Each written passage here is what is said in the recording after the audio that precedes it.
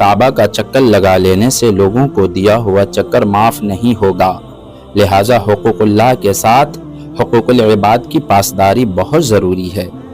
یعنی کعبہ کا طواف کر لینا لوگوں کے دلوں کے زخم نہیں بھرتا۔ اگر کسی کا حق مارا ہو، کسی کو تکلیف دی ہو یا کسی پر ظلم کیا ہو تو صرف طواف کر لینے سے یہ سب معاف نہیں ہوگا۔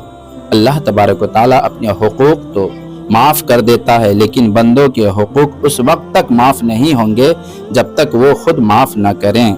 یاد رکھو، قیامت کے دن مظلوم تم سے اپنا حق لے گا، اور اگر حق ادا نہ کیا تو طواف کے باوجود خالی ہاتھ رہ جاؤ گے۔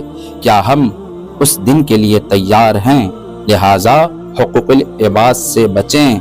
آپ کسی بندوں کا حق نہ ماریں، کسی بندوں کو نہ ستائیں، اسی میں بھلائی ہے۔ اللہ تبارک و تعالی ہمیں حق پر عمل کرنے کی توفیق عطا فرمائے، آمین۔